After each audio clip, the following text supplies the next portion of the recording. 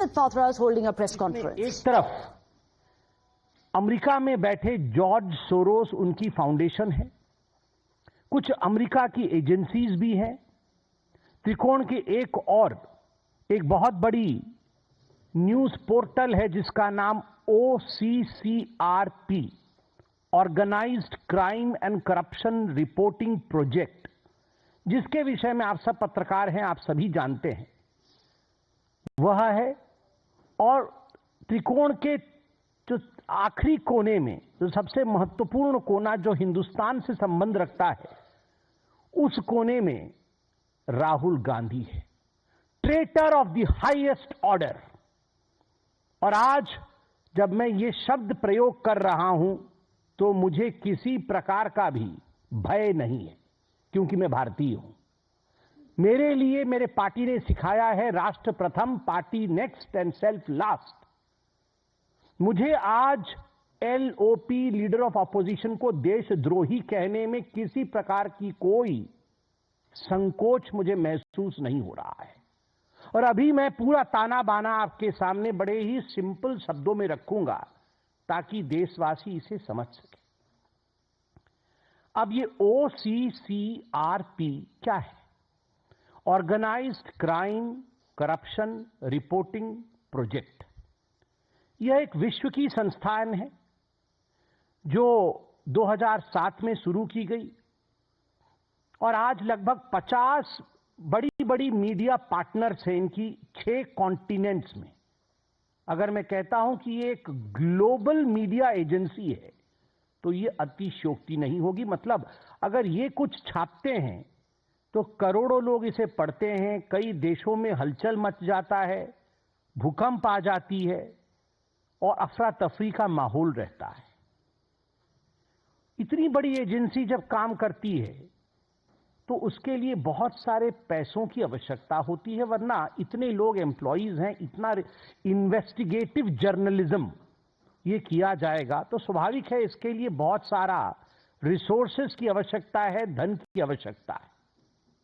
तो एक आयाम जो मीडिया पार्ट ने खुलासा किया है वो आयाम है कि OCCRP जो फंडिंग है उसका फंडिंग का एक बड़ा हिस्सा आप देख सकते हैं, ये सब उनको फंड करने वाले लोग हैं।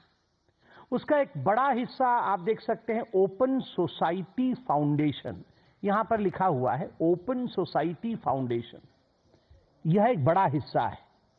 बाकी यूएस की बहुत सारी ऐसी संस्थाएं हैं, कुछ गवर्नमेंट एजेंसीज भी हैं जो OCCRP को फंडिंग करती है।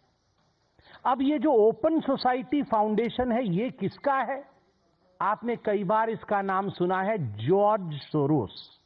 ये जॉर्ज सोरोस का है, अर्थात जॉर्ज सोरोस OCCRP का एक बहुत बड़ा फंडर है, उसको बहुत पैसा देता है। और मीडिया पार्ट जो फ्रांस का न्यूज़पेपर है वो कहती है कि हम तो सोचते थे कि OCCRP एक इंडिपेंडेंट एजेंसी है, जैसे कि मीडिया एजेंसी को होना चाहिए, मगर अगर 70% पैसा उसका किसी एक सोर्स से आता है तो स्वाभाविक है वो तटस्थ नहीं रह सकता है, वो तटस्थ नहीं रह सकता है, न्यूट्रल नहीं रह सकता है। जो पैसा देता है उसके इंटरेस्ट में, उसके हक में वो बात करेगा। तो OCCRP किसके हक में बात करता है? जॉर्ज सोरोस और डीप स्टेट, अमेरिका में जो डीप स्टेट है, जो कुछ ऐसी एजेंसीज अमेरिका के अंदर छुपी हुई हैं जो कहीं ना कहीं अन्य राज्यों में, अन्य जगहों पे इंस्टेबिलिटी चाहती हैं, उनके द्वारा फंड लेने के कारण उनके इंटरेस्ट के लिए काम करती है ये OCCRP। अब हम आते हैं इसके सबसे महत्वपूर्ण कोण की तरफ, राहुल गांधी। आज मैं राहुल गांधी का कोई मजाक नहीं बनाऊंगा, क्योंकि यह मजाक का विषय नहीं है। This is serious business. A member of parliament of India, the leader of opposition of India, when he tries to betray his own motherland, जब भारत का लीडर ऑफ ऑपोजिशन खुद अपने देश के साथ द्रोह कर रहा हो तो स्वाभाविक रूप से यह एक बहुत सीरियस विषय है। कैसे द्रोह कर रहा है? क्या मैं हवा में बात कर रहा हूं? नहीं, एक एक करके मैं केसेस रखूंगा जिससे स्पष्टता आएगी। आप याद करिए जुलाई 1 2021, ये जुलाई 1 2021 का समय बड़ा खराब समय था। पूरे विश्व में कोविड की महामारी चल रही थी और उस समय थैंक्स टू प्रधानमंत्री नरेंद्र मोदी भारत ने अपना 2 वैक्सीन भी डेवलप किया था। वैक्सीन मैत्री चल रही थी, उनमें से एक वैक्सीन कोवैक्सीन था। कई कंट्रीज ने ऑर्डर प्लेस किए थे कि हमें कोवैक्सीन का स्टॉक चाहिए और ठीक उसी समय जुलाई 1 2021 में ये OCCRP इस मीडिया हाउस ने एक आर्टिकल पब्लिश किया कि ब्राजील ने $324 मिलियन वर्थ कोवैक्सीन जो उन्होंने ऑर्डर किया था कैंसिल कर दिया।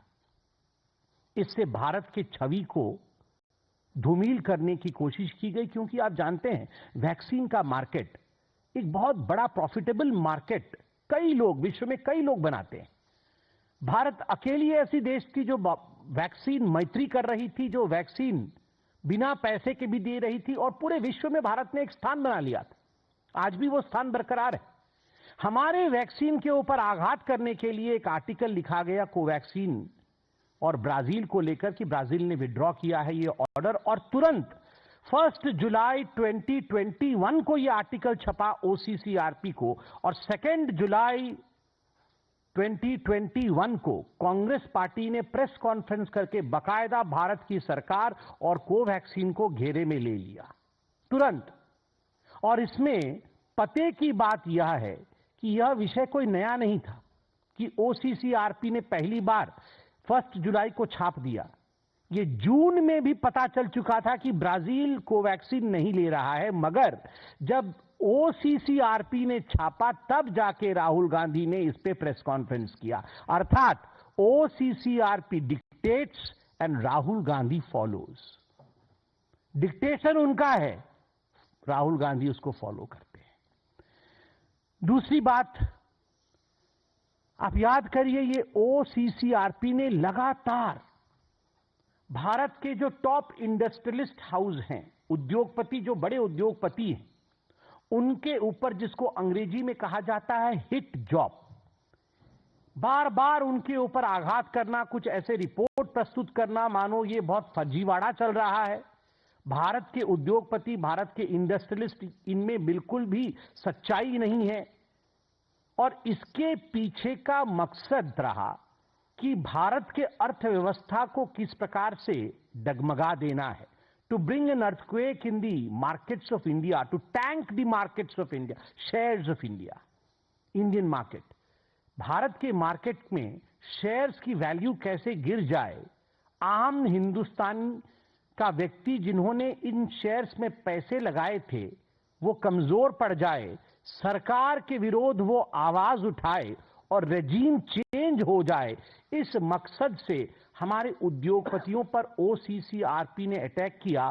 और आप क्रोनोलॉजी देखिए, जब जब ऐसी रिपोर्ट आई तब तब राहुल गांधी ने प्रेस कॉन्फ्रेंस करके देश के अंदर एक, हम तो पहले इंडस्ट्रियल रिवॉल्यूशन की बात करते थे, यहां पर डी इंडस्ट्रियलाइजेशन की बात होने लगी कि भारत का कोई भी इंडस्ट्रियलिस्ट ठीक नहीं है, इनको हटाना चाहिए।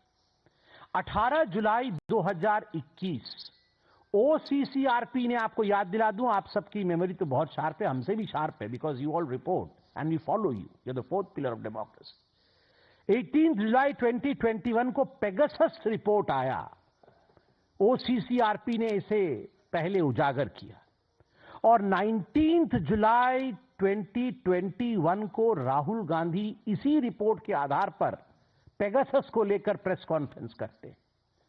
वो हाहाकार, वो सदन का नहीं चलना, wash out of the parliament, और ये सारा कुछ पार्लियामेंट में सदन चलने से पहले ये सारे रिपोर्ट्स आते थे and they used to be a complete wash out of the parliament. Parliament के सदन बंद हो जाते थे, स्थगन होता था, और आज भी आप देख रहे हैं किस प्रकार की परिस्थिति पार्लियामेंट में। और इस पेगासस की रिपोर्ट को लेकर एक हवा खड़ा किया गया और फाइनली 26 अगस्त 2022 को सर्वोच्च न्यायालय, सुप्रीम कोर्ट ऑफ इंडिया ने इसे खारिज किया कि ऐसा कोई पेगासस वाला विषय नहीं।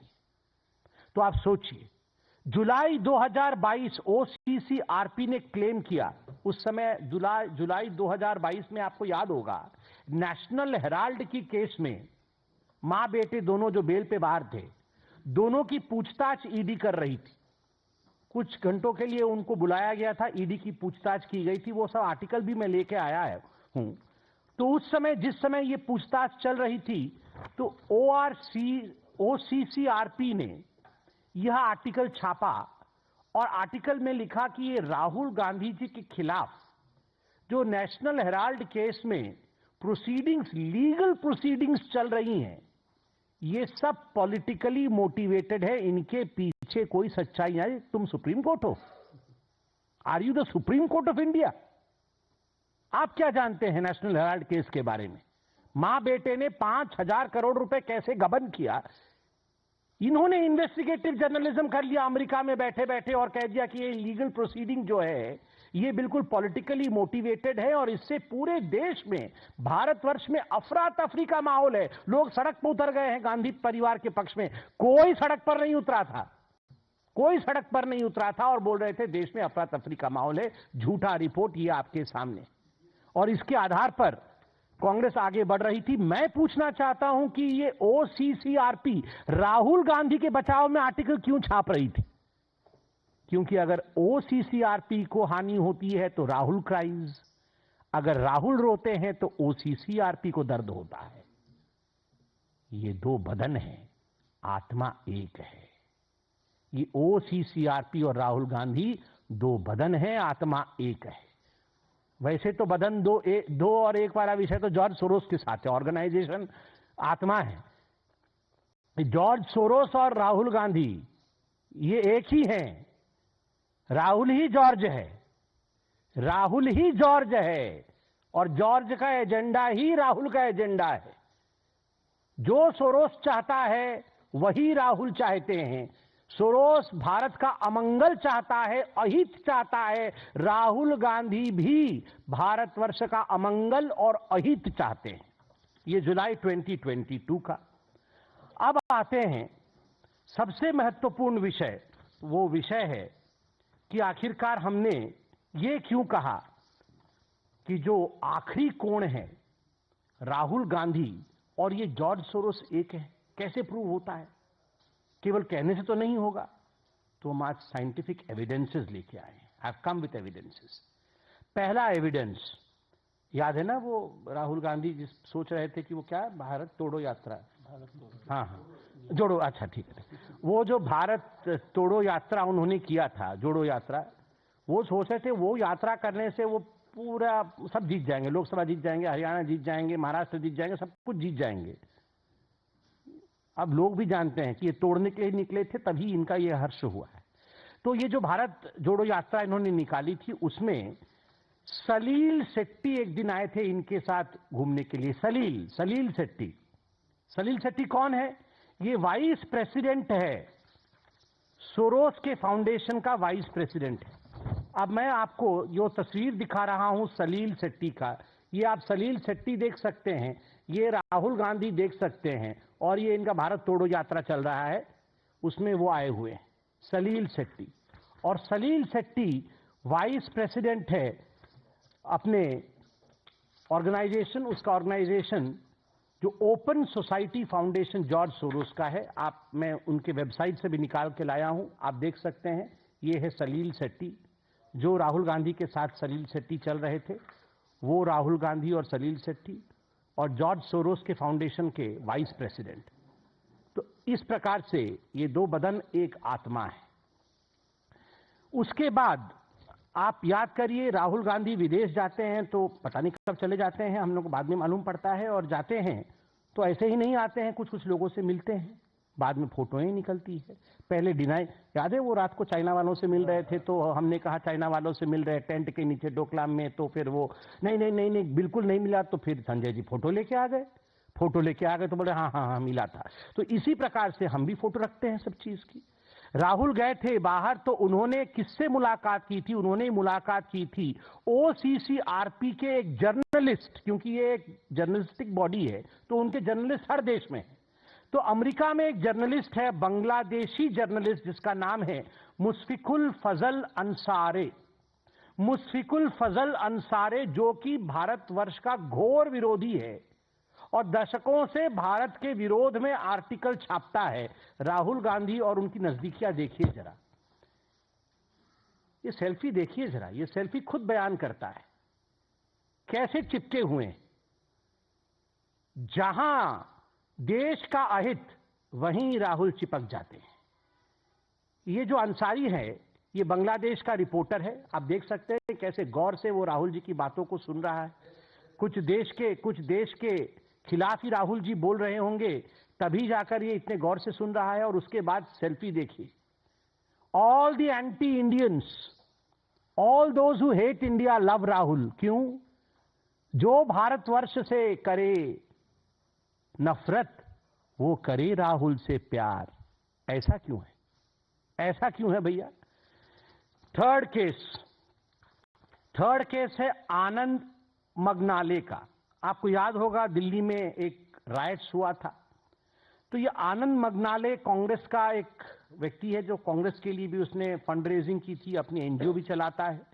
तो इस आनंद मगनाले ने चीन से पैसे लाकर, चाइनीज मनी, इसने दिल्ली राइट केस के लिए हैंडओवर किया था। किसको? शरजील इमाम को। द इनफेमस शरजील इमाम को इस आनंद मंगले ने पैसा दिया था। और इस आनंद मंगले का क्या कनेक्शन है राहुल गांधी से? कांग्रेस ही है। और यह भी OCCRP का जर्नलिस्ट है। यह भी OCCRP का जर्नलिस्ट है। चाइनीज पैसा लाकर यहां राइट करवा रहा है, राहुल गांधी का खास आदमी है। तो all this is not just मियर coincidence. और ये तो फेमस फोटो है इल्हान उमर के साथ। मैं तो बहुत बार बोल चुका हूं, इसलिए दोबारा और बोलने की आवश्यकता नहीं है। अब तो अमेरिका भी इनके ऊपर अटैक कर रही है, इल्हान उमर के ऊपर। तो इनके साथ राहुल गांधी का जो सांठगांठ है, और आज जो डॉक्यूमेंट्स आपको दिखाए गए हैं, इससे एक बात बड़ा स्पष्ट होता है कि Rahul does not want India to move ahead. Bharatvarsh आगे बढ़े, ये राहुल गांधी नहीं चाहते। भारत का संसद चले, ये राहुल नहीं चाहते। संसद से पहले कोई ना कोई अंतर्राष्ट्रीय पटल पर फर्जी तरीके से कुछ ऐसे विषय लाना जिनको लेकर भारत के सदन चल ना सके, हानि हो हिंदुस्तान का, यह प्रयास करना। भारत में उद्योगपति ना पनपे, ये राहुल का प्रयास है। भारत में जो शेयर्स, छोटे छोटे शेयर में निवेश करते हैं मार्केट में, वो हिंदुस्तानी पीछे रहें, यह राहुल का प्रयास है। और अंत में इतना ही कहना चाहूंगा, शायद आपको अजीब लगेगा मगर मैं सच कह रहा हूं।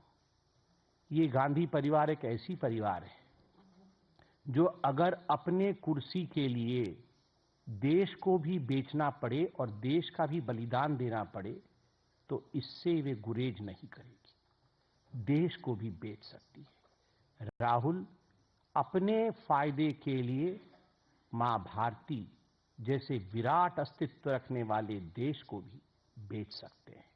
धिक्कार है ऐसे राहुल गांधी पर। अब मैं निवेदन करूंगा माननीय के डॉक्टर लक्ष्मण जी से कि वो विषय को और तल्लीनता के साथ आगे बढ़ाएं। Mic. Well, these are huge charges which are being made by BJP, saying that Rahul Gandhi is a traitor to the country, and for this they are citing the Soros sazish. You just heard Sambit Patra come out, all guns blazing, saying that Soros dictates and Rahul Gandhi follows. In fact, he has listed several instances when there was questionable, as he calls it, questionable reports by Soros-funded OCCRP, which was used by the opposition parties to target the centre. BJP has said every time a suspicious report, as they call it, of the Soros organization, the larger web, comes to light, it gives ammunition to the Congress party. The Congress party then uses it and then tweets it, goes viral with it and then uses it to disrupt the parliament. Not just that, when it comes to several issues as per the BJP, the Congress has used these Soros-funded OCCRP documents, data, as well as reports to even tank the economy. Let me go across to Mohit, who's joining us with more details on this. Mohit, big charges which are coming in. Essentially what they are saying is that in Modi Virod, the Congress is ready to even work against the centre.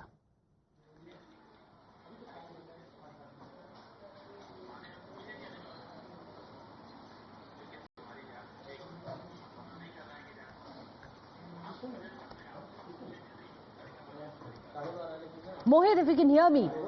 Big charge by the BJP that Soros is dictating Rahul Gandhi is dumping his tunes.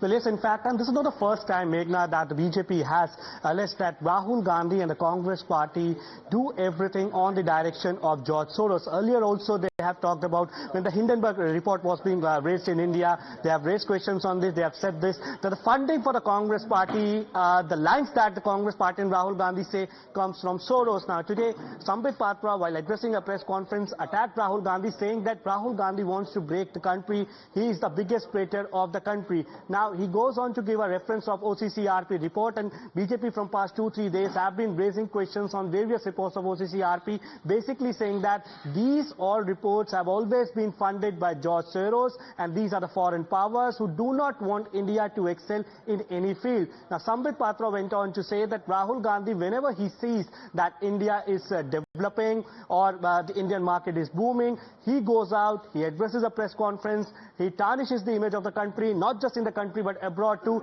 just for the sake of the likes of George Soros, who do not want India to excel. Now, Sambit Patra also gave an example of the OCCRP report regarding the COVID vaccine, and he went on to say that how post that the Covaxin was cancelled. After that particular report, Rahul Gandhi and the Congress party raised this issue. Now, the larger issue, Meghna, over here is that the Congress party is being attacked by the BJP, saying that the foreign funded powers are dictating the terms to Rahul Gandhi, and perhaps it comes at a time when the Congress party and the Rahul Gandhi, Priyanka Gandhi Vadra, they're protesting in the parliament regarding the Adani issue. They have been saying this, that they want discussion on the Adani issue, and perhaps that is why BJP says that whenever Indian business entity is enhancing, is developing, we see that how the Congress party, Rahul Gandhi, they want to tarnish image of the country. They are putting parliament to the ransom, and perhaps that is why this particular press conference is being addressed at a time when the Congress protest is going on. Because earlier in the